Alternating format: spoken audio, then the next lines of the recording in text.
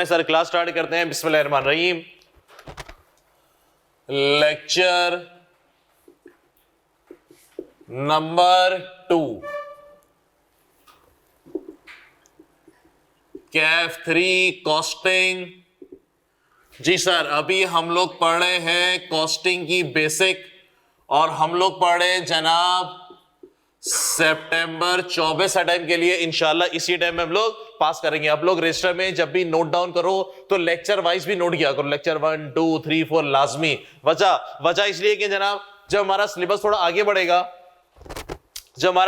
आगे बढ़ेगा तो कुछ चीजें आप लोग के माइंड से निकल जाएंगी कि जनाब आपने सर यहाँ पे क्या बात बोली थी, क्या एग्जाम्पल दी थी, किस तरह समझाया था। तो उस टाइम पे आपके पास पोर्टल भी होगा डेफिनेटली, तो आप जाओगे पोर्टल पे डायरेक्ट लेक्चर नंबर वही खोलोगे तो आपको सामने वो चीज नजर आ जाएगी। फिट है तो आपके लिए बड़ी आसानी हो जाएगी। तो लेक्चर नंबर लिखा करो। चले सर, हम लोगों ने लास्ट क्लास के अंदर क्या डिस्कस किया था, जरा 2 मिनट के अंदर रिकैप कर लें। हम लोगों ने लास्ट क्लास के अंदर सब्जेक्ट को पढ़ा था कि जनाब ये कॉस्ट एंड मैनेजमेंट अकाउंटिंग का सब्जेक्ट है क्या। हमने डिस्कस किया था जनाब अकाउंटिंग क्या होती है। बेसिकली अकाउंटिंग का मतलब होता है रिकॉर्डिंग ऑफ ट्रांजैक्शन, यानी कि एक चीज को डेबिट दूसरी चीज को क्रेडिट कर दिया जाएगा। लेकिन ये कौन सी अकाउंटिंग होती है जनाब, फाइनेंशियल अकाउंटिंग वाली, जिसके लिए आप लोग बाकी सब्जेक्ट पढ़ रहे हो। और कॉर्पोरेट के अंदर, इंडस्ट्री के अंदर, कंपनीज के अंदर इसका अलग डिपार्टमेंट होता है। फिर हमने बोला जनाब ये मैनेजमेंट कौन होते हैं। मैनेजमेंट का मतलब ऑर्गेनाइजेशन के टॉप लेवल के बंदे, ऑर्गेनाइजेशन के बड़े बंदे कौन कौन होते हैं। सीईओ सीएफओ, इनका काम क्या होता है, इनका काम होता है डिसीजन मेकिंग करना। ये फैसले करते हैं हम स्पेशल ऑर्डर एक्सेप्ट करें या नहीं करें। एग्जाम्पल दी मैंने जनाब कि जे डॉट वाले के पास जो है ना वो ऑर्डर आया था जनाब कहां से, चेजअप की तरफ से,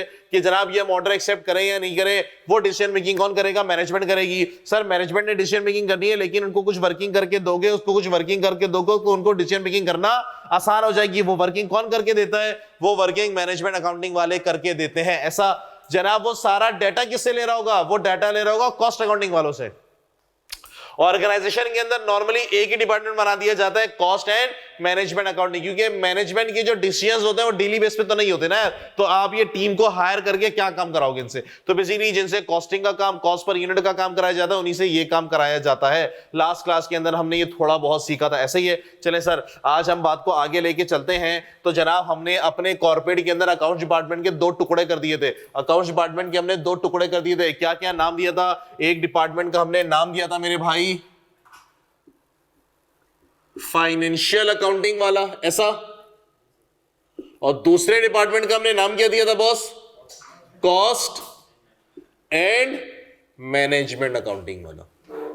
कॉस्ट एंड मैनेजमेंट अकाउंटिंग वाले। जी जनाब, हमें समझ में आ गया कि इन दोनों का रोल क्या है। हमें समझ में आ गया जनाब इन दोनों का रोल क्या है। इसके जरा हम देख लेते हैं इसके डिफरेंसेस क्या है मेरे पास डिफरेंसेस क्या है। जस्ट सुने मैंने बोला जनाब फाइनेंशियल अकाउंटिंग वाले का पर्पस क्या है, फाइनेंशियल अकाउंटिंग वाले का मकसद क्या है, फाइनेंशियल अकाउंटिंग का डिपार्टमेंट क्यों क्रिएट किया गया है। जी बॉस, फाइनेंशियल अकाउंटिंग वाले का मकसद क्या होता है, ट्रांजैक्शन को रिकॉर्ड करना। सर ट्रांजैक्शन को रिकॉर्ड क्यों करना, वजह क्यों रिकॉर्ड कर रहे हैं, ताकि आप अकाउंट्स बना सको। अकाउंट्स बोले तो आप income statement of financial position, cash flow वो बना सको। बोले तो आप रिपोर्टिंग कर सको। क्या कर सको बॉस, रिपोर्टिंग। तो बेसिकली इनका मकसद क्या होता है, इनका पर्पस, मकसद क्या होता है, फाइनेंशियल रिपोर्टिंग। बोले तो इनकम स्टेटमेंट, बोले तो स्टेटमेंट ऑफ फाइनेंशियल पोजीशन, बोले तो कैश फ्लो, ये सारी चीजें एग्री करते हो। जबकि मैनेजमेंट अकाउंटिंग वाले का मकसद क्या होता है जनाब, मैनेजमेंट अकाउंटिंग वाले का मकसद क्या होता है, मैनेजमेंट अकाउंटिंग वाले का मकसद होता है मैनेजमेंट को इंफॉर्मेशन प्रोवाइड करना ताकि उनके लिए डिसीजन मेकिंग करना आसान हो जाए। तो मैं बोलेगा इसको provide information to management for better decision making. क्या सबों को बातें समझ में आ रही हैं, क्या सबों को बातें समझ में आई। चले बॉस, और सर मुझे एक बात बताइए जनाब, आप लोगों ने पढ़ा हुआ है कि फॉर एग्जाम्पल जनाब आपने एक मशीन खरीदी जिसकी लाइफ है 5 साल, एंट्री क्या बनाते थे, है मेरे दोस्त। आपने मशीन खरीदी जिसकी लाइफ है 5 साल, एंट्री क्या बनाओगे, मशीन डेबिट, बोले तो नॉन करंट एसेट डेबिट। जनाब एक्सपेंस को क्यों डेबिट नहीं कर रहे, सवाल है। आप लोगों ने बोला जनाब ये स्टैंडर्ड के अंदर लिखा हुआ है, ऐसा ही है। हम इसको एक्सपेंस को डेबिट नहीं कर सकते। बोले तो हमने बोला जनाब क्या कोई रूल्स एंड रेगुलेशन अप्लाई होते हैं? क्या रूल्स एंड रेगुलेशन अप्लाई होते हैं? अगर तो आप फाइनेंशियल अकाउंटिंग कर रहे हो तो जनाब यहां पे रूल्स एंड रेगुलेशन अप्लाई करने पड़ते हैं, जिसको आप लोग IFRS यानी कि IS कह रहे हो। तो ऐसा जबकि जनाब management accounting, cost and management accounting के अंदर कोई as such certain rules and regulation नहीं है, जबकि इसमें कोई as such rules and regulation नहीं है। बात समझ में आई बॉस? ओके, जो बेस्ट प्रैक्टिस होती है वो हम काम कर रहे होते हैं, जो इंडस्ट्री, हर इंडस्ट्री टू अलग अलग बेस्ट प्रैक्टिस होती है उसके हिसाब से काम कर रहे होते हैं। अच्छा, मैंने बोला जनाब ये अकाउंट्स बना के किसको देते हैं? अकाउंट्स बनाते हैं, फाइनेंशियल रिपोर्टिंग बनाते हैं एज पर IFRS। किसके लिए? किसके लिए जनाब? किसको रिपोर्ट करते हैं? किसके लिए बनाते हैं जनाब ये अकाउंट्स वगैरह? किसको रिपोर्ट करते हैं बॉस? ये रिपोर्ट करते हैं शेयर होल्डर्स को। शेयर होल्डर का कॉन्सेप्ट है ये सब लोगों को। किसको रिपोर्ट करते हैं बॉस? शेयर होल्डर को। ये किसको रिपोर्ट करते हैं? मैनेजमेंट को। भाई हम लोग J.Dot वाले के पास ऑर्डर आया चेजअप की तरफ से कि हम ऑर्डर एक्सेप्ट करें या नहीं करें, वो रिपोर्ट बना के किसको देंगे? शेयर होल्डर को ना जी। किसको देंगे?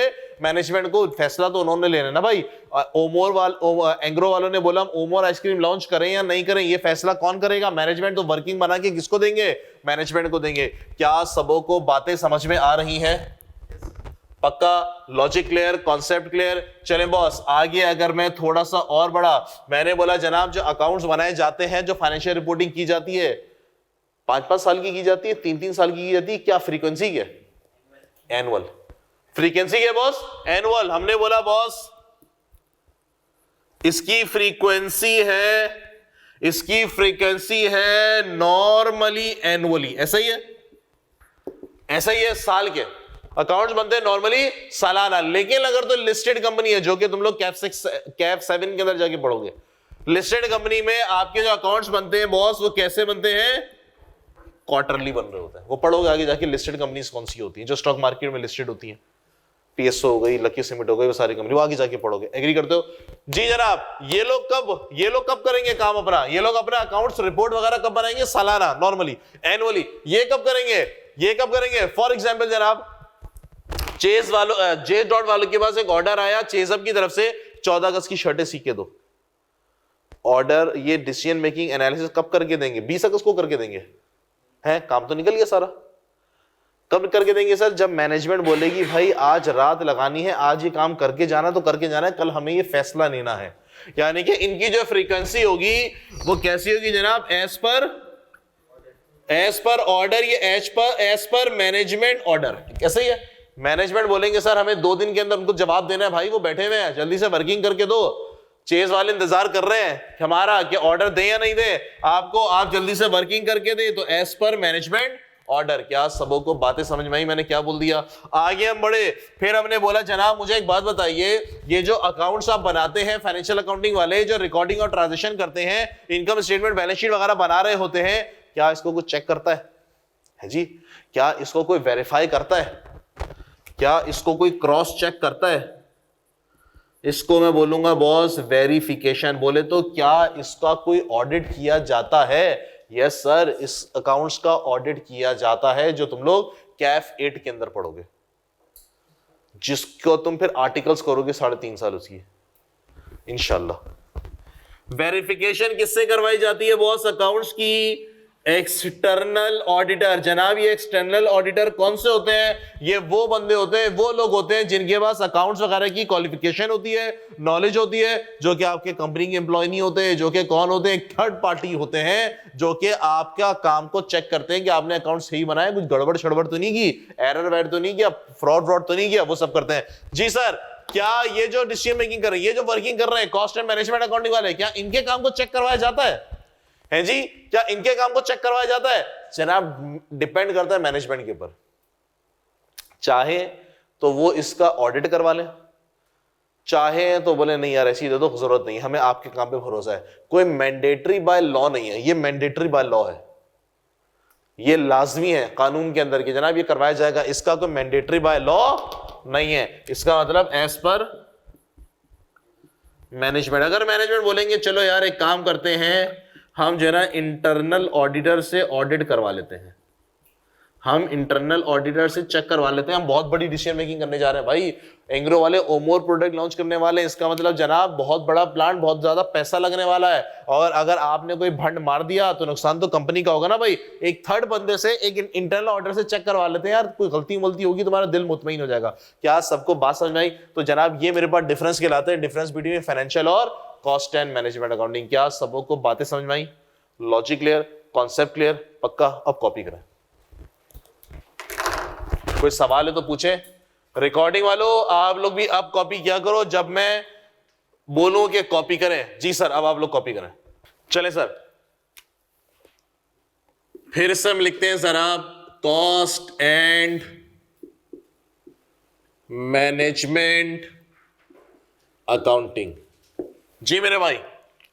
सर जी कॉस्ट का मतलब क्या था? कल हम लोगों ने सीखा जनाब कॉस्ट अकाउंटिंग वाले का ऑब्जेक्टिव क्या है। हमने बोला सर कॉस्ट अकाउंटिंग वाले का ऑब्जेक्टिव क्या है? कॉस्ट अकाउंटिंग वाले का ऑब्जेक्टिव है कॉस्ट पर यूनिट कैलकुलेट करना। कॉस्ट अकाउंटिंग वाले का ऑब्जेक्टिव क्या sir? Cost per unit calculate करना, कि एक यूनिट पर कॉस्ट कितनी आ रही है। जनाब यूनिट का मतलब क्या? आप यूनिट का मतलब क्या कहना चाह रहे हैं? सर यूनिट का मतलब है unit of measurement. For example dollars वाले एसी बनाते हैं, फॉर एग्जांपल जनाब डॉलर्स वाले एसी बनाते हैं, डॉलर्स वालों ने इस महीने के अंदर 10,000 एसी बना दिए। कॉस्टिंग की जबान में क्या बोल लूंगा, इन्होंने कितने यूनिट्स बना दिए? 10,000 यूनिट। बात समझ में मैंने क्या बोल दिया? फॉर एग्जांपल जनाब सैमसंग वालों ने 1 लाख फोन बना दिए, तो कॉस्टिंग की जबान में क्या कहा जाएगा? इन्होंने कितने यूनिट्स बना दिए? 1 लाख यूनिट्स बना दिए। तो यूनिट्स का मतलब है फॉर एग्जांपल जनाब आपने कितने एसी बना दिए, आपने कितने मोबाइल फोन बना दिए, आपने कितनी गाड़ियां, सुजुकी वाले क्या बोलेंगे सर, हमने जो है वो 10 गाड़ियां बनाई हैं। कॉस्टिंग की जबान में क्या बोला जाएगा? हमने कितने यूनिट्स बना दिए। कॉस्टिंग वालों का ऑब्जेक्टिव क्या है? कॉस्टिंग वालों का जिंदगी का मकसद क्या है? जनाब कॉस्ट पर यूनिट कैलकुलेट करना। एक एसी बनाने पे कॉस्ट कितनी आई है, एक फोन बनाने पे कॉस्ट कितनी है, एक गाड़ी बनाने पे कॉस्ट कितनी है। क्या कॉस्ट निकालना जरूरी है? Yes boss. कॉस्ट नहीं निकलेगी तो प्राइसिंग कैसे होगी भाई? सबसे मेजर चीज क्या है मेरे पास? एक यूनिट पर कॉस्ट कितनी आ रही है। जनाब एक एसी बेस जरा रफली मेजर करते हैं, एक एसी बनाने पे क्या क्या कॉस्ट आ रही होगी। मैं बोल लूंगा जनाब इसकी एक वो प्लास्टिक की बॉडी, कंप्रेसर, इसकी जो है वो गैस, वो भी कॉस्ट है। हमने बोला सर उसकी वायरिंग, वो भी कॉस्ट है, उसके अंदर एक कार्ड लगा होता है, वो भी कॉस्ट है। एग्री करते हो? फिर वो मजदूर जो उसको जोड़ रहे होंगे, स्क्रू से टाइट कर रहे होंगे, उनकी तनख्वाह, वो भी एक कॉस्ट है। फिर जिस जगह पे बैठ के वो एक काम कर रहे होंगे, वो भी कॉस्ट है। सबको ऐड करो, ये काम किसका मेरे पास? कॉस्ट अकाउंटिंग वाले का है। क्या सबको बातें समझ में आ रही है? मैंने क्या बोल दिया? कॉस्ट अकाउंटिंग वालों का मकसद क्या है? कॉस्ट पर यूनिट कैलकुलेट करना। जनाब ये कॉस्टिंग जो है, कॉस्ट पर यूनिट, ये कौन कौन सी इंडस्ट्रीज में होती है, कौन कौन से टाइप्स ऑफ बिजनेस के अंदर होती है? हमने बोला जनाब हम अपने बिजनेस की इंडस्ट्री को 3 शक्ल में तोड़ना है। हम अपने बिजनेस की इंडस्ट्री को 3 शक्ल में तोड़ना है। एक का मैं नाम दे रहा हूं जनाब, वो बिजनेस जिसको हम लोग ट्रेडिंग कहते हैं। जनाब ट्रेडिंग बिजनेस कौन सा होता है? ट्रेडिंग बिजनेस का मतलब जनाब, ट्रेडिंग बिजनेस का मतलब just buying and selling. Trading business का होता है जनाब कि हम चीजों को खरीदते हैं और उसको एज इट इज शक्ल में आगे बेच देते हैं। मतलब चीजों को जो खरीदा जाता है उसकी शक्ल को बगैर तब्दील किए आगे बेच दिया जाता है। ऐसे बिजनेस को हम क्या बोलते हैं जनाब? ट्रेडिंग। फॉर एग्जाम्पल हमने बोला जनाब दवागो मेडिकल स्टोर क्या करता है सर? मैं दवाइयां खरीदता है और ऐसे ही बेच देता है। क्या दवाइयां खुद बनाता है? नहीं, जिस शक्ल में खरीद रहा है उसी शक्ल में आगे बेच रहा है।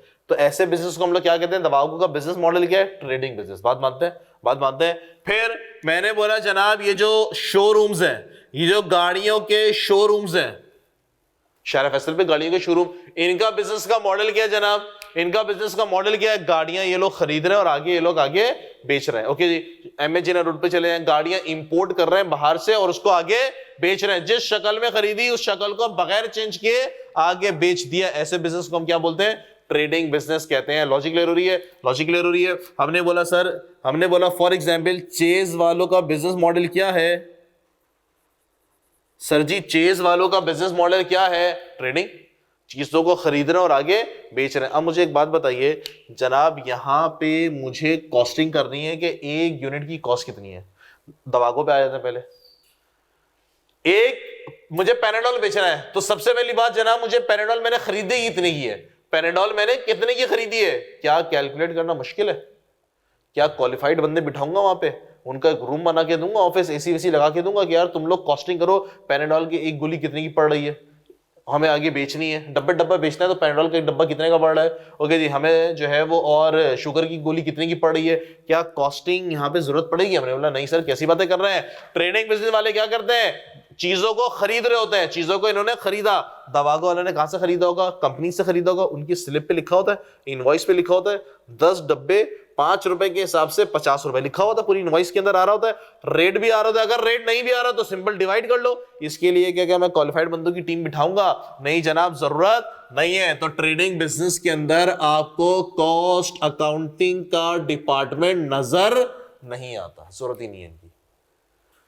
इसके लिए क्यों टीम बनाओ यार बिला वजह? फाइनेंस डिवाइड ही तो करवाना है, फाइनेंशियल अकाउंटिंग वाले से दे दो। अगर इनवॉइस पे रेट नहीं लिखा हुआ तो फाइनेंशियल वाली अकाउंटिंग वालों को बोल दो, डिवाइड मार देंगे वो। यहां पे मुझे ट्रेडिंग बिजनेस के अंदर कॉस्ट अकाउंटिंग का डिपार्टमेंट नजर नहीं आता। बात समझ में? मैंने क्या बोल दिया? सेकंड डिपार्टमेंट, सेकंड इंडस्ट्री मेरे पास कौन सी होती है? Service provider. जी जनाब, ये सर्विस प्रोवाइडर वाले क्या करते हैं जनाब? ये सर्विस प्रोवाइडर वाले ना कोई चीज खरीदते ना कोई चीज बेचते हैं, बल्कि क्या कर रहे होते हैं? ये लोग जस्ट सर्विसेज प्रोवाइड कर रहे होते हैं, जस्ट सर्विसेज प्रोवाइड कर रहे हैं।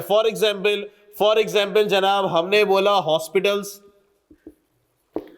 हमने बोला बॉस हॉस्पिटल क्या कर रहा है? सर्विसेज प्रोवाइड कर रहा है। जनाब दवाइयों के पैसे वो आपसे ही लेता है, लेकिन वो आपको क्या कर रहा है? सर्विसेज प्रोवाइड कर रहा है, जिसके वो पर डे के हिसाब से चार्ज कर रहा होता है। और जनाब एजुकेशन इंस्टीट्यूट,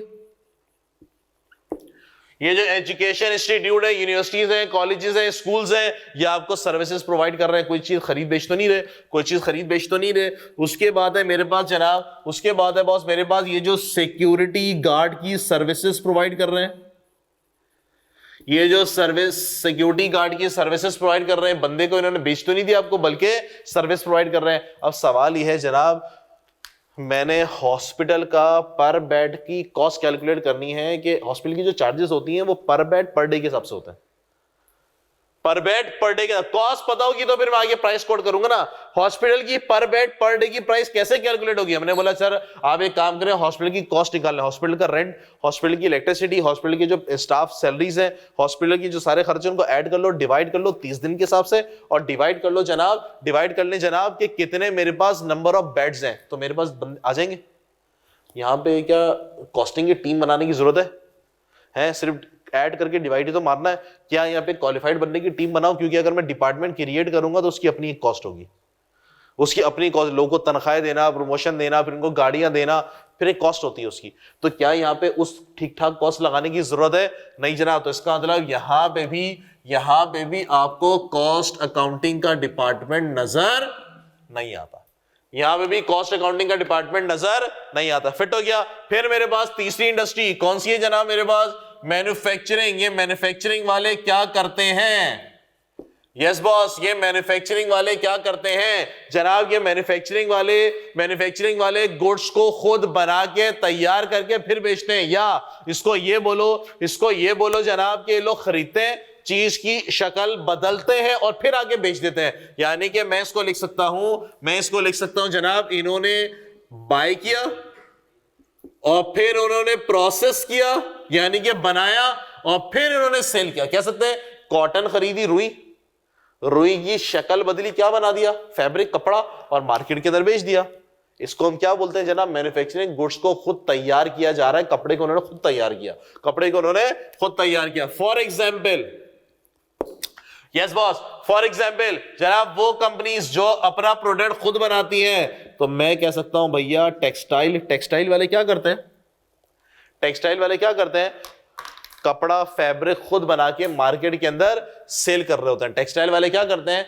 फैब्रिक, कपड़ा खुद खरीदते क्या है? रुई, कॉटन, और केमिकल भी खरीदते हैं। कॉटन को घुमाते हैं, केमिकल भी डालते रहते हैं, और फिर जाके क्या बन जाता है? मेरे पास फैब्रिक बन जाता है, और फिर मार्केट के अंदर हम लोग सेल कर रहे होते हैं। एग्री करते हैं?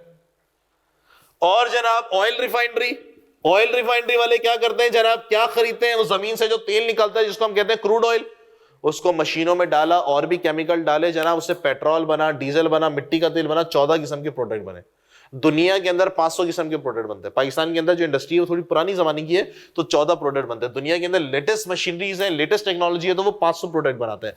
तो जनाब ये जो पेट्रोल बन रहा है, डीजल बन रहा है, कौन सी कंपनी से बन रहा है जनाब? मैन्युफैक्चरिंग, खुद बना के तैयार करके बेच रहे। खरीदा क्या इन्होंने? क्रूड ऑयल, उसमें पता नहीं और भी कौन सा केमिकल डाला, मशीनों से गुजारा, लेबर ने वो मशीन ऑपरेट की जनाब। इसको हम क्या बोलते हैं सर? अपना प्रोडक्ट पेट्रोल डीजल खुद तैयार कर रहे हैं। तीसरा, ऑटोमोबाइल जनाब। ऑटोमोबाइल ये होंडा टोयोटा वाले क्या करते हैं बॉस? होंडा टोयोटा वाले क्या करते हैं? गाड़ी खुद बना के बेचते हैं। खरीदते क्या?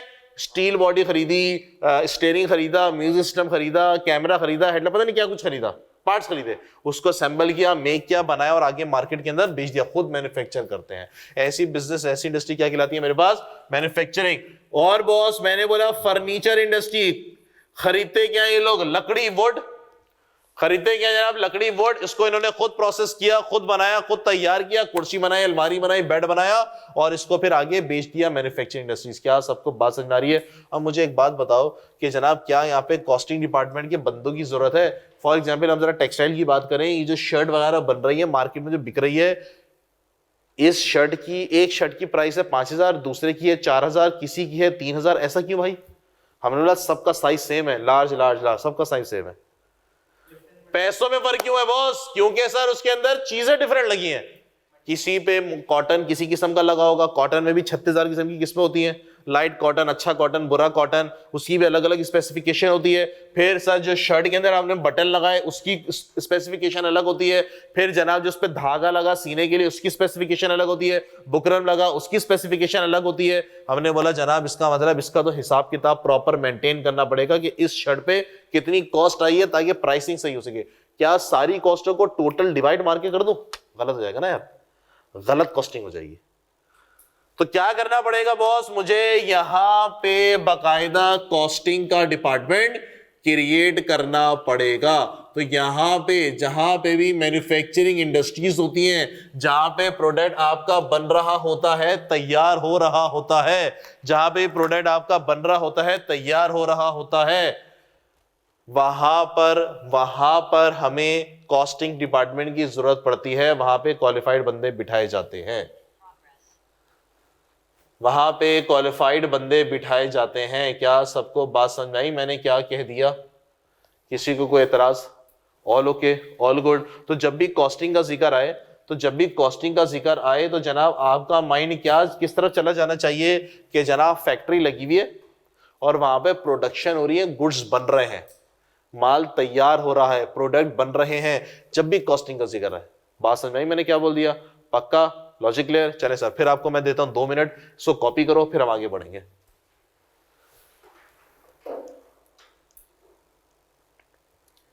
क्लास हैंग, हाँ वो रीस्टार्ट किए। चले सर बात को जरा आगे लेके चलते हैं। तो भाई हमें यह समझ में आ गया कि जब भी कॉस्टिंग का जिक्र आएगा तो क्या समझना चाहिए कि जनाब कॉस्टिंग कहां पे अप्लाई होती है? 100% जहां पे मैन्युफैक्चरिंग हो रही है, प्रोडक्ट का खुद तैयार कर रहे हो, कुछ भी बना रहे हो। बहुत सारी कंपनीज पता नहीं क्या कुछ बनाती हैं। डन हो गई बात? चले बॉस, कॉस्टिंग का ऑब्जेक्टिव क्या है मेरे पास? सर कॉस्टिंग का ऑब्जेक्टिव क्या है मेरे पास? कॉस्ट पर यूनिट कैलकुलेट करना कि एक यूनिट की कॉस्ट कितनी है। कॉस्टिंग का ऑब्जेक्टिव क्या है सर मेरे पास? कि कॉस्ट पर यूनिट कैलकुलेट करना कि एक यूनिट की कॉस्ट कितनी है। मेरे भाई कॉस्ट हेड्स ऑफ अकाउंट्स कितने होते थे? 5। Asset, liability, equity, revenue, expense. ऐसा कॉस्ट कहां जाएगा? है लड़के, कॉस्ट कहां जाएगा? कॉस्ट का मतलब खर्चा, बोले तो एक्सपेंस, बोले तो एक्सपेंस। जनाब एक्सपेंस इनकम स्टेटमेंट में शॉर्टकट लिखेगा मैं P&L। जी सर, एक्सपेंस इनकम स्टेटमेंट में जाता है। ऐसा हमने बोला सर कैसे? इनकम स्टेटमेंट की शक्ल क्या होती है? इनकम स्टेटमेंट की शक्ल होती है जनाब sales less cost of sales या फिर कॉस्ट ऑफ गुड्स सोल्ड। ऐसा माइनस करता हूं तो मेरे पास क्या जाता है? शॉर्टकट लिख रहा हूं सर, क्या जाता है? Gross profit.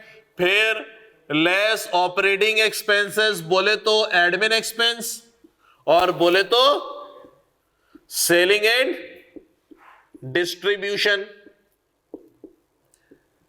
Selling and distribution, इसको मैं माइनस करता हूं तो मेरे पास क्या आ जाता है, profit before interest and tax, ऐसा। फिर जनाब मैं लेस करता हूं यहां पे इंटरेस्ट, या जिसको आप लोग फाइनेंशियल चार्जेस कहते हैं, या जिसको आप लोग फाइनेंशियल चार्जेस कहते हैं, इसको आप माइनस करते हैं तो जनाब मेरे पास क्या आ जाता है, प्रॉफिट बिफोर टैक्स। फिर आप टैक्स माइनस करते हैं तो आप प्रॉफिट आफ्टर टैक्स आता है। ऐसा ही है, ऐसा ही है सर। यहां पे कॉस्ट का है, खर्चा। सर कॉस्ट का है, खर्चा। एक ये कॉस्ट है, ये भी तो कॉस्ट है ना, ये भी तो खर्चा है, ये भी तो खर्चा है, ये भी तो खर्चा है। बात समझ में मैंने क्या बोला, ये सारी कॉस्ट है। कॉस्ट का मतलब क्या होता है बॉस, खर्चा। तो अब हम पढ़ने के लिए जा रहे हैं जनाब मेरे पास कॉस्ट कितने किस्म की होती हैं। मैं पढ़ने के लिए जा रहा हूं जनाब मेरे पास कॉस्ट कितने किस्म की होती है। सर इससे पहले जो आपने बोर्ड पे लिखा था उसकी पिक्चर ले लें। इससे पहले क्या लिखा था भाई, पता नहीं। चले सर सुनेंगे आगे, बॉस सुनेंगे आगे। अब हम पढ़ने चले जनाब कॉस्ट क्लासिफिकेशन, यानी कि आपके पास जो कॉस्ट है वो कितने किस्म की है। यस बॉस, ये सारी मैंने लिख दी कितने किस्म की। एक का मैं नाम क्या दे रहा हूं जनाब, एडमिनिस्ट्रेटिव कॉस्ट। इसका मैंने नाम क्या दिया, एडमिनिस्ट्रेटिव कॉस्ट। फिर मैंने दूसरे का नाम दिया सेलिंग एंड डिस्ट्रीब्यूशन कॉस्ट। फिर मैंने नाम दिया इंटरेस्ट बोले तो फाइनेंस कॉस्ट या फिर फाइनेंशियल चार्जेस, एक ही बात है, फाइनेंस कॉस्ट या फिर फाइनेंशियल चार्जेस। और मेरे पास जनाब एक है कॉस्ट ऑफ सेल्स, जिसको आप लोग कॉस्ट ऑफ गुड्स सोल्ड भी कहते हो, एक ही बात है। डन, सब लिख दिया मैंने यहां पे। चले सर अब सुनेंगे एक एक करके सुनेंगे। जनाब एडमिन का नाम सुनते ही क्या आता है हमारे माइंड में मेरे भाई, एडमिन का नाम सुनते ही जहन में क्या आता है, केएनएस के एडमिन का नाम सुनते ही क्या आता है जनाब, लोग बैठे हुए, टीम बैठी हुई है जो क्या मैनेज कर रहे होंगे कि स्टूडेंट ने एडमिशन ले लिया, फॉर्म सबमिट करा दिया, फीस सबमिट करा दी, कौन से रूम में क्लास हो रही है, वहां पे प्रॉपर रिकॉर्डिंग हो रही है, लेक्चर अपलोड हो रहा है नहीं हो रहा, ये सारा हिसाब किताब। ऐसा एडमिन का नाम सुनते। कॉर्पोरेट में चले जाओ, कॉर्पोरेट के अंदर एडमिन का नाम सुनते ही सहन में क्या आ रहा है कि जनाब एक ऑफिस बना हुआ होगा, वहां पे कुछ लोग बैठे हुए होंगे, कोई फाइनेंस का काम कर रहा होगा, कोई एचआर का काम कर रहा होगा, कोई जो है वो मटेरियल खरीदने की बातें कर रहा होगा, कोई जो है वो बेसिकली कोई जो है फाइनेंस का रोल कर रहा होगा, कोई लोगों के इंटरव्यू कंडक्ट कर रहा होगा। इसका मतलब सर एडमिनिस्ट्रेशन कॉस्ट का मतलब वो कॉस्ट जो के ऑफिस रिलेटेड कॉस्ट होती है, जो कि आपकी कंपनी को एडमिनिस्ट्रेटिव तौर पे देख रहे होते हैं, इसका मतलब एडमिनिस्ट्रेटिव कॉस्ट का मतलब boss office related cost. Administrative cost का मतलब जनाब ऑफिस रिलेटेड कॉस्ट। मेरे भाई सुने, फॉर एग्जाम्पल जनाब ऑफिस से रिलेटेड कौन कौन से खर्चे हो सकते हैं, ऑफिस से रिलेटेड कौन कौन से खर्चे हो सकते हैं। मैंने बोला जनाब ऑफिस से रिलेटेड, ये मेरी डेफिनेशन, ऑफिस से रिलेटेड कौन कौन से खर्चे, फॉर एग्जाम्पल जनाब ऑफिस स्टाफ सैलरी, और भैया ऑफिस का रेंट, और जनाब ऑफिस के यूटिलिटी का बिल यानी कि बिजली पानी गैस का बिल, ऑफिस की मैंने इंश्योरेंस करा ली, ऑफिस के इक्विपमेंट है, कंप्यूटर है, लैपटॉप है, फर्नीचर है, उसका डेप्रीसिएशन। मानते हो? अब मुझे एक बात बताओ सर, ये सारे खर्चे हैं, क्या यहां पे प्रोडक्शन हो रही है जी? क्या यहाँ पे गुड्स तैयार हो रहा है? क्या ऑफिस के अंदर बैठ के लोग प्रोडक्ट बना रहे होते हैं, कपड़े शपड़े बना रहे हैं, कुर्सियां बना रहे हैं? नहीं सर। तो इसका मतलब इसकी जो अकाउंटिंग है, इसकी अकाउंटिंग सर वो कॉस्ट अकाउंटिंग वाला नहीं देखेगा, क्योंकि यहाँ पे मैन्युफैक्चरिंग नहीं हो रही, तो इसकी अकाउंटिंग कौन देखेगा? बोलेंगे सर तनख्वाह दे दो मैं एंट्री मार दूंगा, किराया दे दो मैं एंट्री मार दूंगा। कॉस्टिंग वाला ये काम नहीं करेगा। एग्री करते हो भाई, जो हम लोगों ने लास्ट क्लास में बेसिक सीखी थी? चले सर आगे आते हैं। हमने बोला सर अगली कॉस्ट कौन सी है, selling and distribution. Sir selling and distribution में कौन कौन सी कॉस्ट आएगी है भैया? सेलिंग एंड डिस्ट्रीब्यूशन में कौन कौन सी कॉस्ट आएगी, क्या डेफिनेशन बनेगी जनाब? सेलिंग एंड डिस्ट्रीब्यूशन का मतलब प्रोडक्ट को सेल करने से रिलेटेड खर्चा, मानते हो? हमने बोला सर सेलिंग एंड डिस्ट्रीब्यूशन का मतलब sales and distributed related cost, goods को सेल करने से रिलेटेड, गुड्स को बेचने से रिलेटेड कॉस्ट। फॉर एग्जाम्पल, हाँ लड़के, कौन कौन सी कॉस्ट होती है गुड्स को सेल करने से रिलेटेड? हमने बोला सर एडवर्टाइजमेंट बोले तो मार्केटिंग गुड्स को बेचने के लिए होती है, बिल्कुल ठीक बात है। और दोस्त कस्टमर के, हमारे बिजनेस का कल्चर ऐसा है, हमारा बिजनेस हमने ऐसे सेटअप किया हुआ है कि हम कस्टमर के घर तक गुड्स पहुंचाकर आते हैं। जिस तरह ये डिलीवरी बॉय पिज्जा विज्जा वाले होते हैं, हमने बोला सर उनकी ट्रांसपोर्टेशन की कॉस्ट, जिसको हम लोग अकाउंटिंग के जबान में क्या कहते हैं, कैरेज आउटवर्ड। डन के बाद फिर जनाब सेल्समैन की सैलरी, ये जो आइडियाज वाले हैं, गुल अहमद वाले हैं, जेडॉट वाले, इनकी दुकानें पूरे शहर के अंदर, पूरे मुल्क के अंदर, वहां पे जो लोग खड़े हुए दुकान के अंदर जो कि आपको फैसिलिटेट कर रहे होते हैं, जो कि सेल्समैन कहलाते हैं, उनकी तनख्वाह वो क्यों रखा है भाई हमने उनको? गुड्स को सेल करने के लिए, कोई बैठ के बातें करने के लिए थोड़ी ना। किसके लिए रखा है हमने उनको? प्रोडक्ट को सेल करने के लिए। तो उनकी तनख्वाह किसके अंदर जाएगी सर? सेलिंग एंड डिस्ट्रीब्यूशन के अंदर। इसी तरह वो जो दुकान है जिसको हम लोग बोलते हैं सर रिटेल आउटलेट, क्या कहा जाता है? Retail outlet. उसका जो रेंट है सर, ये रिटेल आउटलेट दुकान क्यों खोली हमने? गुड्स को सेल करने के लिए, तो इसके जो किराया वो भी कहां जाएगा? सेलिंग एंड डिस्ट्रीब्यूशन के अंदर। इसी तरह से रिटेल आउटलेट का यूटिलिटी का बिल किसमें जाएगा जनाब? सेलिंग एंड डिस्ट्रीब्यूशन में। इसी तरीके से सेल्समैन का कमीशन। इसी तरह से अगर दुकान के अंदर एसी लगा हुआ है तो उसका डेप्रिसिएशन, यानी कि मैं बोलूंगा जनाब रिटेल आउटलेट, एक मिनट नहीं, इसी तरह जनाब, हाँ अल्लाह हाफ़िज़, हाँ अल्लाह हाफ़िज़। इसी तरह जनाब रिटेल आउटलेट का, इसी तरह जनाब रिटेल आउटलेट की जो मेरे पास इलेक्ट्रिसिटी, रिटेल आउटलेट के जो इक्विपमेंट है उसका डेप्रिसिएशन। बात मानते जनाब? ओके, तो ये मेरे पास क्या कहलाता है जनाब? Selling and distribution. अब मुझे एक बात बताओ, क्या दुकान में बैठ के प्रोडक्शन हो रही है? दुकान में बैठ के माल तैयार हो रहा है? नहीं जनाब। तो इसका मतलब ये भी आपके कॉस्ट अकाउंटिंग के स्कोप में नहीं आएगा। कौन देखेगा सर इसको भी? फाइनेंशियल अकाउंटिंग वाला।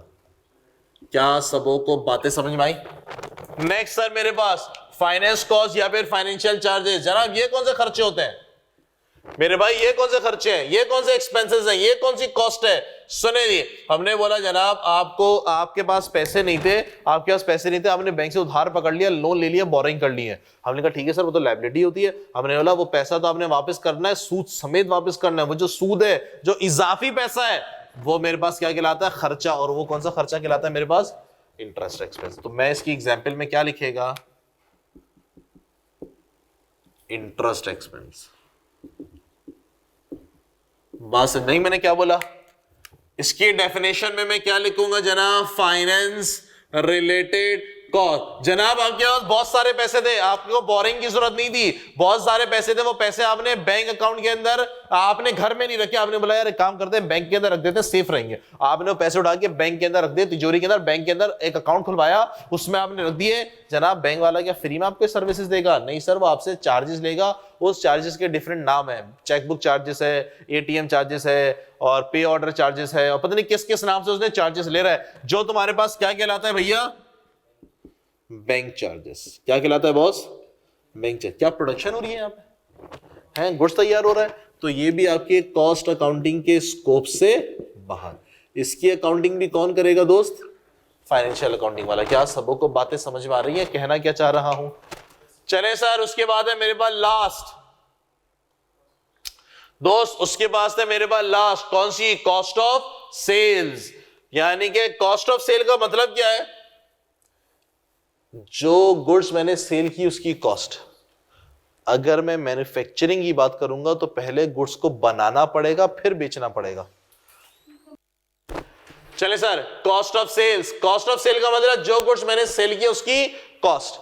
भैया मैन्युफैक्चरिंग के लिए तो पहले आपको गुड्स बनाने पड़ेंगे, तो इसका मतलब मैं स्लैश करके लिख देता हूं मैन्युफैक्चरिंग कॉस्ट। बात मानते हैं? या मैन्युफैक्चरिंग का हो या बोलो आप प्रोडक्शन कॉस्ट। क्या सबों की बातें समझ में आई? मैंने बोला जनाब गुड्स को बनाने के लिए, तैयार करने के लिए कौन कौन सी कॉस्ट लगती हैं? गुड्स को तैयार करने में, बनाने में कौन कौन सी कॉस्ट लगती है? कपड़ा तैयार करने में, फैब्रिक तैयार करने में क्या क्या चीज लगती है? हमने बोला जनाब सबसे पहले जिस चीज से फैब्रिक बनाया जाएगा, जिस चीज से फैब्रिक बनाया जाता है उसको हम क्या बोलते हैं? मटेरियल। जिस चीज से प्रोडक्ट बनाया जाएगा उसको हम क्या बोलते हैं? मटेरियल। यानी कि टेक्सटाइल की अगर मैं बात करूं, टेक्सटाइल की अगर मैं बात करूं तो जनाब किस चीज से कपड़ा बनाया जाता है? कॉटन, रुई। तो रुई क्या मेरे पास मटेरियल है। अगर मैं ऑटोमोबाइल की बात करूं, जहां पे गाड़ियां बन रही है, तो किस चीज से प्रोडक्ट बनाया जाता है? प्लास्टिक है, स्टील है, इंजन है, कारपेट है, म्यूजिक सिस्टम है, वो मेरे पास क्या है? मटेरियल है। जनाब फार्मास्यूटिकल की बात करूं, जहां पे दवाइयां बनती है, किस चीज से बनाया जाता है जनाब? केमिकल। केमिकल ही होते हैं ना, केमिकल को मिला जुला के बनाया जाता है। तो जनाब किसी भी प्रोडक्ट को बनाने के लिए मेरे पास सबसे पहले क्या चीज चाहिए? जिस चीज से प्रोडक्ट बनाया जाता है उसको हम क्या बोलते हैं? मटेरियल या फिर रॉ मटेरियल। एक ही बात है, या तो मटेरियल कह लो या तो रॉ मटेरियल कह लो, एक ही बात है। जिस चीज से प्रोडक्ट बनाया जाएगा। किसी को कोई दिक्कत परेशानी नहीं है? सुने, दूसरा, जो लोग आप प्रोडक्ट बना रहे होंगे, यानी कि फॉर एग्जांपल कुर्सियां बन रही हैं, फर्नीचर इंडस्ट्री है, कुर्सियां हम लोग बना के बेचते हैं, तो लकड़ी, वुड, जिससे कुर्सियां बनाई जाएंगी, जो वुड है, लकड़ी है, वो मेरे पास क्या है? Raw material. जो लोग कुर्सी बना रहे होंगे, क्या उसके बगैर प्रोडक्शन हो जाएगी? नहीं होगी। जो लोग कुर्सी बना रहे होंगे, लकड़ी काटी उन्होंने, लकड़ियों को तराशा, फिर कीले मारी, हमने इसको क्या नाम दिया? उन लोगों को लेबर का।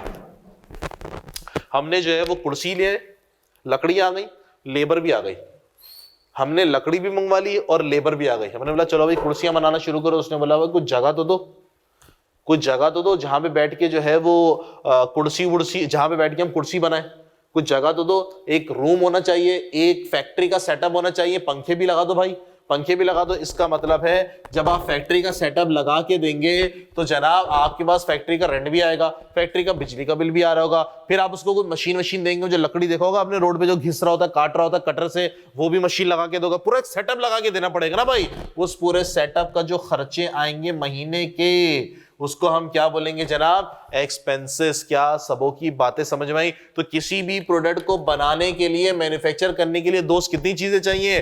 3। पहला रॉ मटेरियल, जिससे प्रोडक्ट बनाया जाएगा, जो प्रोडक्ट बनाएगा लेबर, और जिन चीजों की मदद से या जहां बैठ के प्रोडक्ट बनाया जाएगा उसको हम क्या बोलेंगे? एक्सपेंसेस। सुने सर, हमने बोला जनाब जिस चीज से प्रोडक्ट बनाया जाता है उसको हम क्या बोलते हैं? मटेरियल या रॉ मटेरियल। मटेरियल आपके दो किस्म के, एक मेरे पास डायरेक्ट मटेरियल और एक मेरे पास इनडायरेक्ट मटेरियल। सुनना दोस्त, डायरेक्ट मटेरियल वो मटेरियल जो कि प्रोडक्ट पे लगाने के लिए नेसेसरी हो, जो कि प्रोडक्ट पे डायरेक्टली अप्लाई हो रहा हो। क्या डेफिनेशन है बॉस इसकी? जो कि प्रोडक्ट पे डायरेक्टली एट्रीब्यूटेबल हो, जो कि प्रोडक्ट पे डायरेक्टली अप्लाई हो रहा हो, जो कि सिग्निफिकेंट एक वैल्यू रखता हो। क्या मतलब बॉस? सुनते हमने बोला जनाब पेप्सी बन रही है, पेप्सी फैक्ट्री किसी ने देखी तो नहीं होगी, लेकिन हम उसको इमेजिन कर सकते हैं। क्या सीन है सर? हमने बोला सर यहां पे हमने बॉटल रखी है, उस पर हमने लिक्विड डाला, उसके बाद हमने उसका फॉर्मूला डाला, जो भी चीनी वीनी कलर वाला जो फॉर्मूला था, गैस डाली, उसका कैप बंद कर दिया, एग्रीड। और फिर हम उसको आगे गुजारते रहे। यानी कि वो जो क्या सेटअप हुआ, हमने बॉटल रखी, थोड़ी सी आगे बढ़ी, एक जगह पे एक फॉर्मूला गिरा, फिर आगे बढ़े, फिर दूसरा फॉर्मूला गिरा, फिर आगे बढ़े, दूसरा फॉर्मूला गिरा, फिर गैस गई, और फिर वो कैप लगा के उसको बिल्कुल टाइट कर दिया गया, और फिर वो आगे डब्बे में पैक होने के लिए चले गए। एग्री करते हो? इस तरह से बन रही है आपकी पेप्सी। अब जो प्लास्टिक की बॉटल है, डायरेक्ट है कि इनडायरेक्ट है? प्रोडक्ट पे एक बॉटल है, उसमें कितनी प्लास्टिक की बोतलें होंगी? सवाल है, एक कार्टन है उसके अंदर 24 बोतलें, तो प्लास्टिक की भी कितनी बोतलें होंगी? 24। आइडेंटिफाइड है? आइडेंटिफाइड है? लॉजिक क्लियर हो रही है मैं क्या बोल रहा हूं? आइडेंटिफाई है तो कौन सा मटेरियल है बॉस? डायरेक्ट मटेरियल है। Logic clear? उसमें जब पानी डाला आपने, हमने बोला सर ये जो 24 बोतलें जो एक क्रेट है और हर के अंदर जो है ना 1 लीटर की बोतल है, तो 24 बोतलें तो कितने लीटर पानी होगा? 24। ऐसा हो सकता है इस क्रेट के अंदर 24 है, बराबर वाले के अंदर 50 लीटर है, उसके अंदर जो है वो 36 लीटर है, ऐसा तो नहीं है ना यार। सब में कितना होगा? सेम होगा। 19-20 का चलो थोड़ा सा फर्क होगा, थोड़ा अज्यूमिंग के तौर पे। तो मैंने बोला सर क्या ये डायरेक्टली प्रोडक्ट पे एट्रीब्यूटेबल है? क्या प्रोडक्ट पे डायरेक्टली लग रहा है? Yes boss. कैप, कितने कैप होंगे 24 बोतलों में? 24 होंगे। क्या डायरेक्टली एट्रीब्यूटेबल है? Yes boss. लॉजिक क्लियर हो रही है मैं क्या बोल रहा हूं? एग्रीड? एग्रीड? किसी को कोई एतराज, कोई दिक्कत, कोई परेशानी? बिल्कुल भी नहीं है। ये मटेरियल मेरे पास कौन सा कहलाता है? जो प्रोडक्ट पे डायरेक्टली लग रहा है वो डायरेक्ट मटेरियल है। फिर हमने बोला सर मशीन को स्मूथ चलाने के लिए मशीन में ना थोड़ी सी ग्रीसिंग करनी पड़ती है, ऑयलिंग करनी पड़ती है ताकि उस पर जंग मंग ना लगे। हमने बोला सर वो जो आपने खरीदा ग्रीस, ये जो ऑयल वॉयल आपने खरीदा मशीन पे लगाने के लिए ताकि उस पर जंग ना लगे, वो भी तो ऐसा मटेरियल ही खरीदा होगा आपने। क्या बोतल के अंदर लग रहा है वो? क्या वो बोतल के अंदर लग रहा है? नहीं सर। वो मटेरियल कैसा है? इनडायरेक्ट लग रहा है। क्या बात समझ में आई? क्या एग्जाम्पल से कॉन्सेप्ट क्लियर हुआ? इसको हम क्या बोलेंगे बॉस? लुब्रिकेंट। लॉजिक क्लियर हुई? पेप्सी की बोतल कार्टन में पैक हो गई, गत्ते वाले कार्टन में पैक कर दिया हमने उसको। वो जो कार्टन है गत्ते का मटेरियल है, एग्रीड? डायरेक्ट है कि इनडायरेक्ट है? क्या प्रोडक्ट पे डायरेक्टली लग रहा है? Yes boss. प्रोडक्ट पूरा उसके साथ ही बिकता है ना भाई। ये कहलाता है पैकिंग मटेरियल। ये मेरे पास क्या कहलाता है? Packing material. ये मेरे पास कैसा है जनाब? डायरेक्ट है। डायरेक्ट मटेरियल का एक कॉन्सेप्ट बड़ा गलत होता है कि सर डायरेक्ट मटेरियल वो मटेरियल होता है जिसको हम लोग कंज्यूम कर लेते हैं। नहीं, ऐसा नहीं है। प्लास्टिक की बोतल क्या खा जाते हो? फेंक देते ना यार। लेकिन क्या प्लास्टिक की बोतल के बगैर मिलेगा आपको? नहीं मिलेगा। जो केन होते हैं आपके पास, क्या उसके बगैर कोल्ड ड्रिंक मिलेगी आपको? नहीं मिलेगी। जो केन है वो आपके पास मटेरियल है। कैसा मटेरियल है? Direct material. बोतल पीने के बाद वो किसी काम का नहीं, उड़ा के फेंक दो उसको। लेकिन वो मटेरियल कैसा मेरे पास? डायरेक्ट मटेरियल है। क्या सबको कॉन्सेप्ट क्लियर हुआ? फिर जनाब एक और चीज होती है जनाब, देखें बहुत ही, अगर कोई चिल्लड़ आइटम है ना, बहुत वो आइटम जिसकी वैल्यू बहुत कम है, जो कि बहुत कम अमाउंट का होता है, उसको आप इनडायरेक्ट में डाल दें। क्योंकि डायरेक्ट मटेरियल की ना ट्रेसिंग करनी पड़ती है, डायरेक्ट मटेरियल का हिसाब किताब रखना पड़ता है। यानी कि अगर 24 कार्टन का पेप्सी का क्रेट है तो जनाब कितनी प्लास्टिक की बोतल लगी होंगी? 24। हिसाब मेंटेन होना चाहिए। कोई बोलेगा मैंने 80 कार्टन लगा दिए तो इसका अंदर गड़बड़ है, कोई करप्शन है यहाँ पे, ये इनएफिशिएंसी है। एग्री करते हो? डायरेक्ट मटेरियल का ट्रेस रखना पड़ता है, इनडायरेक्ट मटेरियल का ट्रेस रखना नहीं पड़ता। फॉर एग्जांपल अगर तो गारमेंट फैक्ट्री है, वहां पे शर्ट सिल रही है, मुझे बताइएगा अगर तो शर्ट सिल रही है तो शर्ट में जो कपड़ा लग रहा है जनाब डायरेक्ट मटेरियल है इनडायरेक्ट मटेरियल है? डायरेक्ट मटेरियल है। मैं टेक्सटाइल की बात नहीं करता, मैं गारमेंट की बात कर रहा हूं। यानी कि वो कपड़ा खरीद रहे हैं और सी के पैक करके बेच रहे हैं, कपड़ा बना नहीं रहे, कपड़ा खरीद रहे हैं उसको सी के बेच रहे हैं। गारमेंट फैक्ट्री है, वो भी तो मैन्युफैक्चरिंग है ना भाई। हमने बोला जनाब शर्ट सीने के लिए इन्होंने जो कपड़ा खरीदा, जो मटेरियल है direct material indirect material? Direct material. Sir हिसाब किताब मेंटेन होगा। इस लास्ट साइज की शर्ट में 3 मीटर 4 मीटर फैब्रिक लगेंगे, ऐसा नहीं होगा। एक शर्ट के अंदर 8 मीटर लग गया, एक के अंदर 3 मीटर लग गया, ऐसा कोई हिसाब किताब नहीं है। और कपड़े की एक वैल्यू है जनाब, उसके अलावा जो बुकरम है वो डायरेक्ट मटेरियल। हिसाब किताब बुकरम भी महंगे होते हैं।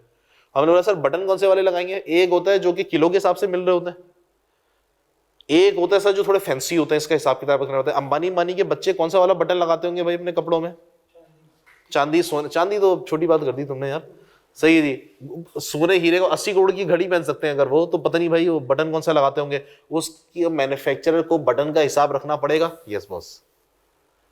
लेकिन हम जो शर्टें पहनते हैं भाई उसमें 5 रुपए के 50 बटन आते हैं, ऐसा ही है, ऐसा ही है। क्या इसका हिसाब किताब रखा जाएगा? मुश्किल है बॉस। हर चीज का ना हिसाब किताब नहीं रख सकते, तो इस छोटी चिल्लड़ अमाउंट को हम कहां डाल देते हैं? Indirect material. एग्जाम के अंदर आपके पास ये नहीं आएगा कि बताइए इसमें से डायरेक्ट मटेरियल कौन सा है, कौन सा इनडायरेक्ट मटेरियल है, ये नहीं आएगा एग्जाम में, क्योंकि ये इंडस्ट्री स्पेसिफिक हो जाता है। हर इंडस्ट्री के अंदर अलग है और एग्जामिनर आपसे ये एक्सपेक्ट नहीं करता कि आप इंडस्ट्री के धक्के खाकर आए हो, उसको पता है आप क्लासरूम के धक्के खाकर आए हो। तो आपसे क्लासरूम की चीजें पूछता है। बात समझ में, आपसे ये नहीं पूछेगा कि ये बताओ ये जो कार्टन है वो डायरेक्ट मटेरियल है इनडायरेक्ट मटेरियल, ये नहीं पूछेगा। वो खुद देगा कि डायरेक्ट मटेरियल है इनडायरेक्ट मटेरियल है। क्या बात समझ में आई मैंने क्या बोल दिया?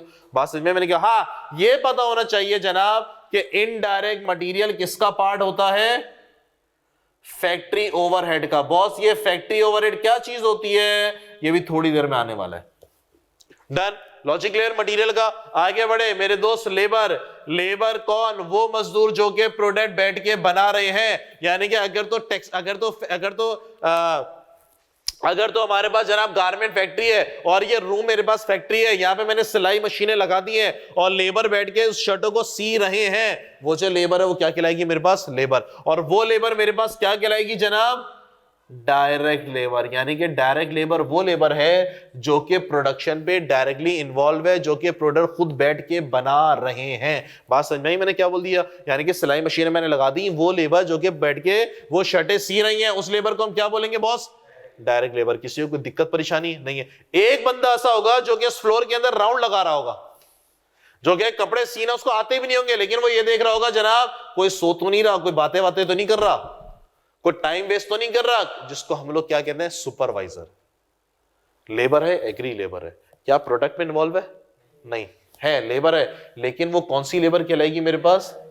Indirect labour. क्या सबों को बात समझ में आई? तो इनडायरेक्ट लेबर के अंदर क्या चला गया सर? इनडायरेक्ट लेबर के अंदर सुपरवाइजर की कॉस्ट आ गई। बात मानते हो भाई? इसी तरह से फैक्ट्री का जो चौकीदार है मेरे दोस्त, इसी तरीके से जो फैक्ट्री का चौकीदार है, डायरेक्ट लेबर के इनडायरेक्ट लेबर। सर क्या फैक्ट्री के अंदर है, उसको तनख्वाह फैक्ट्री में चौकीदारी की मिल रही है, तो कौन सी लेबर कहलाएगी मेरे पास? ये इनडायरेक्ट लेबर। क्या ये प्रोडक्शन में इन्वॉल्व है? नहीं सर, उसको तो पता ही नहीं कि अंदर हो क्या रहा है। इसको हम बोल देंगे सर, क्या बोले भाई इसको? Security guard. चाय पिलाने वाला पियोन कह ले इसको। जेनिटोरियल स्टाफ है, फैक्ट्री का जो जेनिटोरियल स्टाफ, सर लेबर तो है, लेबर तो उसकी तनख्वाह देंगे तो किस नाम से रिकॉर्ड करेंगे? लेबर। लेकिन कौन सी लेबर है? Indirect labour. इनडायरेक्ट लेबर भी किसका पार्ट होता है मेरे दोस्त? इनडायरेक्ट लेबर भी फैक्ट्री ओवरहेड का पार्ट होता है। ये फैक्ट्री ओवरहेड होता है कि अभी थोड़ी देर में आने वाला है। किसी को कोई दिक्कत परेशानी?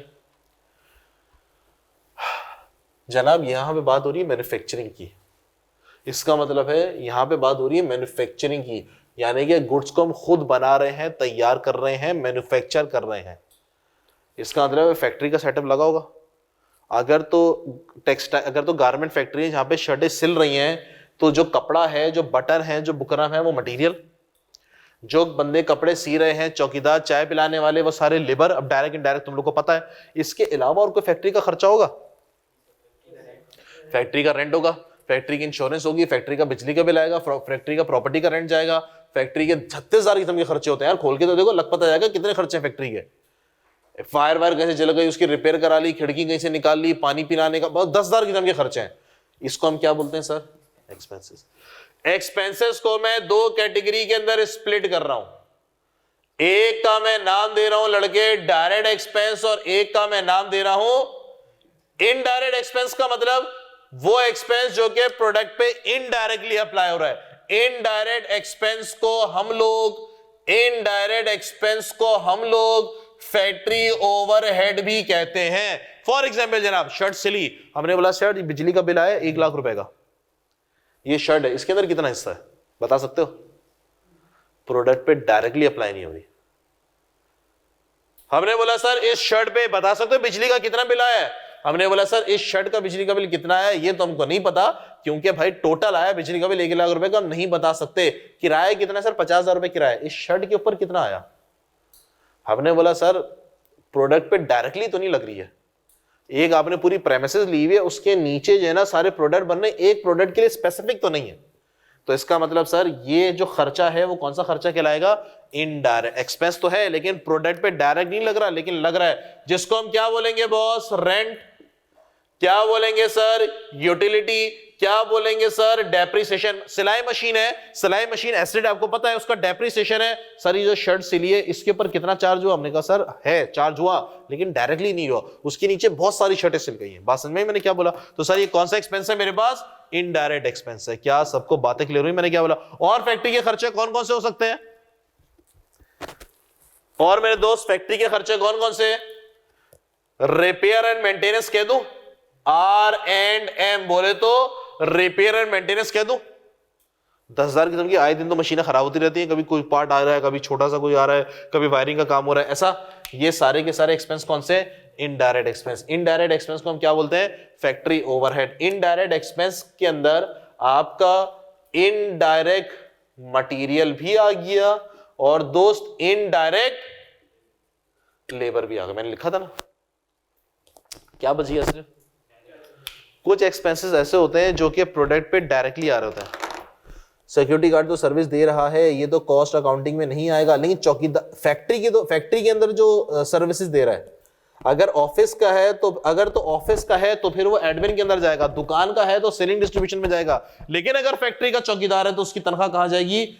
यहां पे डायरेक्ट। चले बॉस, सर डायरेक्ट कुछ एक्सपेंसेस ऐसे होते हैं जो कि प्रोडक्शन पे डायरेक्टली अप्लाई हो रहे हैं। फॉर एग्जांपल हमने बोला जनाब, हमने बोला सर कि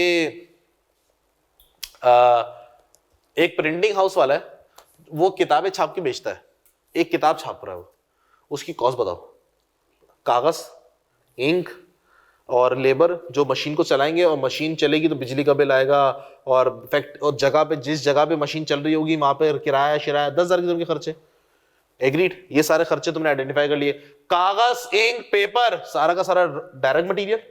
जो लेबर उस मशीन को स्टार्ट कर रही है, कागज सेट कर रही है, बाइंडिंग के लिए स्टेपलर दबा रही है, डायरेक्ट लेबर। फैक्ट्री में आपने बाहर एक गार्ड वार्ड चौकीदार बिठा दिया, इनडायरेक्ट लेबर। एग्री करते हो?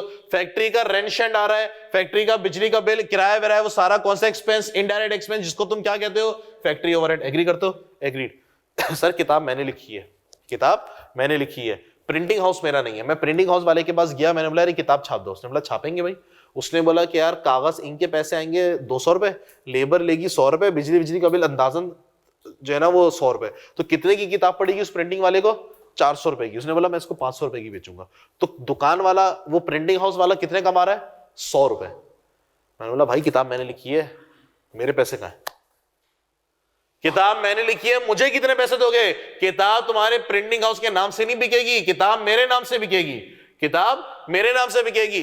तो जनाब मुझे मेहनत तो मेरी है ना यार, लोग आपके कागज को देखने के लिए थोड़ी ना खरीदेंगे, उसके अंदर जो लिखा हुआ है उसको पढ़ने के लिए वो खरीदेंगे, और वो लिखा तो मैंने ना भाई, वो पैसे तो मुझको दो। लॉजिक ले रही मैंने क्या बोला? वो पैसे तो मुझको दो। मैंने बोला ठीक है सर, क्या हिसाब किताब होगा? मैंने बोला सर देखिए, एक किताब बिकेगी 50 रुपए मेरे, हर किताब के हिसाब से लूंगा मैं।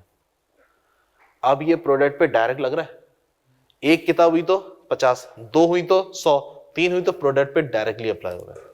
ऐसे एक्सपेंस को हम क्या बोलते हैं? Direct expense. और ये मेरे पास एक्सपेंस कहलाता है रॉयल्टी का। बात समझ में आई मैंने क्या बोल दिया? डायरेक्ट एक्सपेंस के अंदर एक आपकी रॉयल्टी की एग्जांपल नजर आती है, और एक आपके पास स्पेशल टूल्स की। बस ये 2 एग्जांपल्स होती हैं। स्पेशल टूल्स क्या होते हैं जनाब? फॉर एग्जांपल एक आरी है, एक आरी कितनी लकड़ियां, कितनी अलमारी बना देगी? लकड़ी घिसनी होती है ना उसमें, कितनी बना देगी यार? 5,000, 10,000? नहीं सर कैसी बात कर रहे हैं, उसकी दांत जो होता है वो घिस जाता है। एक अलमारी, 2 अलमारी के बाद वो दांत घिस जाएंगे, क्या करना पड़ेगा? उस आरी को फिर फेंकना पड़ेगा। तो वो मेरे पास कहलाता है स्पेशल टूल। तो उस आरी की कॉस्ट को उसी कुर्सी के ऊपर चार्ज कर देंगे, डायरेक्ट एक्सपेंस। बात समझ में मैंने क्या कह दिया? बात समझ में बॉस? जो मेरे पास स्पेशल टूल होते हैं जो एक कुर्सी बनाएंगे और वो टूल्स खत्म हो जाएंगे, तो बेसिकली वो जो टूल्स है, वो जो चीज है जो मैंने खरीदी है, उसकी कॉस्ट इस प्रोडक्ट पे डायरेक्टली अप्लाई हो रही है। तो इसको, लेकिन वो मटेरियल तो नहीं है, मटेरियल का मतलब तो उसमें चिपक के बेच देता, चिपका के मैं कुर्सी बेच देता, नहीं। तो वो क्या चीज है मेरे पास?